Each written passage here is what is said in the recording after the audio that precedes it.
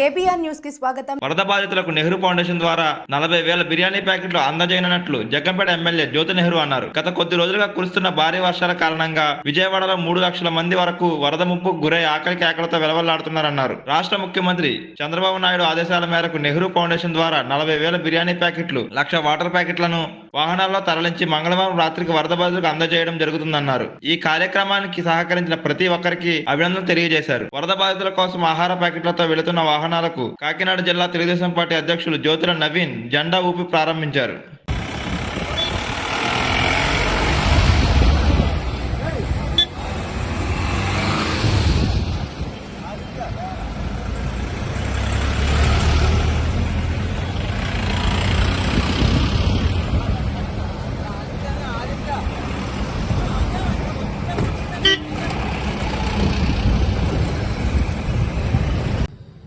ఇటువంటి విపత్కర పరిస్థితులు వచ్చినప్పుడు రాజకీయాలకు అతీతంగా రాజకీయ నాయకులు ఆలోచన చేయాల్సినటువంటి అవసరం ఉంది. ఆ ఆలోచనతో ఈవేళ ఈ కార్యక్రమాన్ని మేము తీసుకోవడం జరిగింది.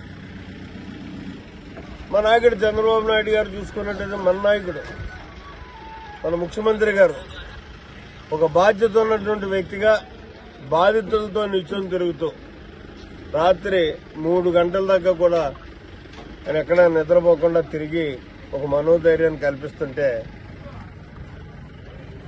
మరి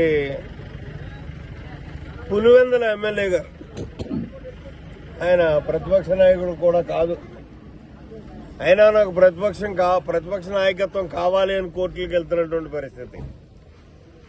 మరి ఆ బాధ్యత ప్రజల కష్టాల్లో ఉన్నప్పుడు కూడా తీసుకోవాల్సినటువంటి అవసరం ఉంది. నిన్న వచ్చాడు,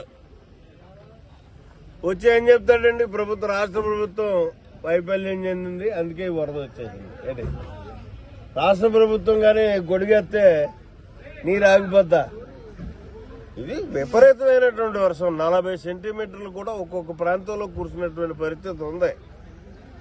అనుకోనటువంటి పరిస్థితుల్లో క్రౌడ్ బరస్ట్ అయి ఇవాళ విపరీతంగా వరదలు వచ్చినటువంటి పరిస్థితి.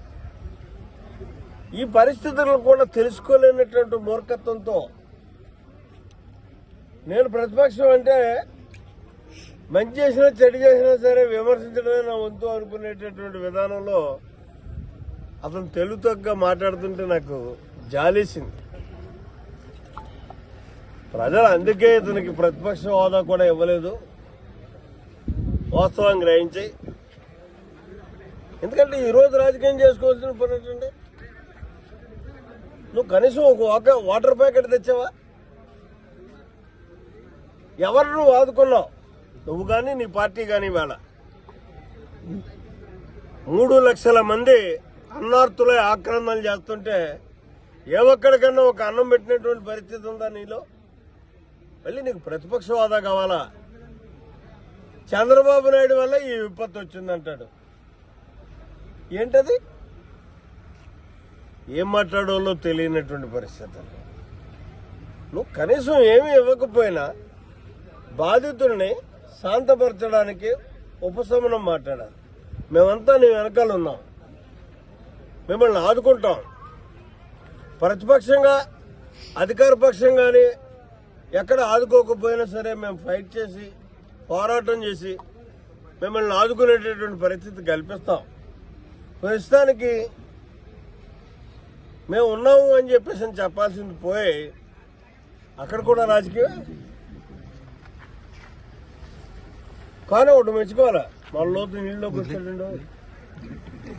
రెడ్ కార్పెట్ ఉంటేనే కానీ నడవనటువంటి మనిషి ఈవేళ జనం కిందకి దింపారు. మన లోతు నీళ్ళలో నడిచాడు 4 అడుగులు. అది కూడా నేనైతే అనుకుంటాను, అది కూడా ఈ జనం దింపారని మాత్రం అనుకోడు. ఏదో నటిస్తున్నాను నటిస్తాడు కాబట్టి నటిస్తున్నాను అనుకుంటాడు. కానీ జగన్మోహన్ రెడ్డి ఒక ఎల్డర్గా నీకు నేను సలహా ఇవ్వదలిచాను.